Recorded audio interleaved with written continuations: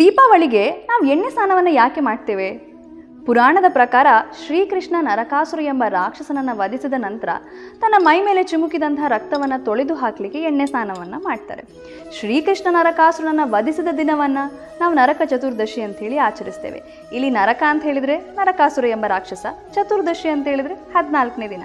ಹೇಗೆ ಎಣ್ಣೆ ಸ್ನಾನ ಮಾಡೋದ್ರಿಂದ ನಮ್ಮ ಮೈಯ ಮೇಲಿರುವಂಥ ಕೊಳೆ ತೊಳೆದು ಹೋಗ್ತದೋ, ಅದೇ ರೀತಿ ನಮ್ಮ ಮನಸ್ಸಿನ ಕೊಳೆಯಾದಂಥ ಕೆಟ್ಟ ಆಲೋಚನೆ, ಕೆಟ್ಟ ಗುಣಗಳನ್ನು ತೊಳೆದು ಹಾಕಬೇಕು ಎಂಬುದಿದ್ರ ಕೂಡ ಅರ್ಥ.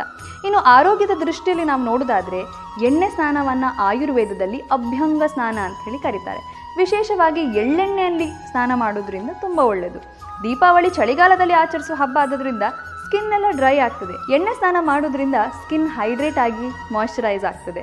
ಇನ್ನು ಬೆಚ್ಚಗಿನ ಎಣ್ಣೆಯಲ್ಲಿ ತಲೆಗೆ ಮಸಾಜ್ ಮಾಡೋದ್ರಿಂದ ರಕ್ತದೊತ್ತಡ ಕಡಿಮೆ ಆಗ್ತದೆ, ಬ್ಲಡ್ ಪ್ರೆಷರ್ ಕಡಿಮೆ ಆಗ್ತದೆ, ಸ್ಟ್ರೆಸ್ ಕಡಿಮೆ ಆಗ್ತದೆ, ಮೈಂಡ್ ತುಂಬ ಕಾಮ್ ಆ್ಯಂಡ್ ರಿಲ್ಯಾಕ್ಸ್ ಆಗ್ತದೆ. ಅದೇ ರೀತಿ ಮೈಕೈ ನೋವಿದ್ದವರಿಗೆ ಮಸಲ್ಸ್ ಎಲ್ಲ ರಿಲ್ಯಾಕ್ಸ್ ಆಗಿ ಮೈಕೈ ನೋವು ಕೂಡ ಕಡಿಮೆ ಆಗ್ತದೆ, ವಾತದೋಷ ಕೂಡ ಕಡಿಮೆ ಆಗ್ತದೆ. ಆದ್ದರಿಂದ ಎಣ್ಣೆ ಸ್ನಾನ ಕೇವಲ ಸಂಪ್ರದಾಯ ಅಷ್ಟೇ ಅಲ್ಲ, ಇದು ಆರೋಗ್ಯಪೂರ್ಣವಾದ ಜೀವನ ಕ್ರಮದ ಪ್ರತೀಕ. ಇನ್ನು ಮುಂದೆ ಯಾರಾದರೂ ಎಣ್ಣೆ ಸ್ನಾನವನ್ನು ಯಾಕೆ ಮಾಡಬೇಕು ಅಂತ ಕೇಳಿದರೆ ಅವರಿಗೆ ಈ ವಿಡಿಯೋವನ್ನು ಶೇರ್ ಮಾಡಿ.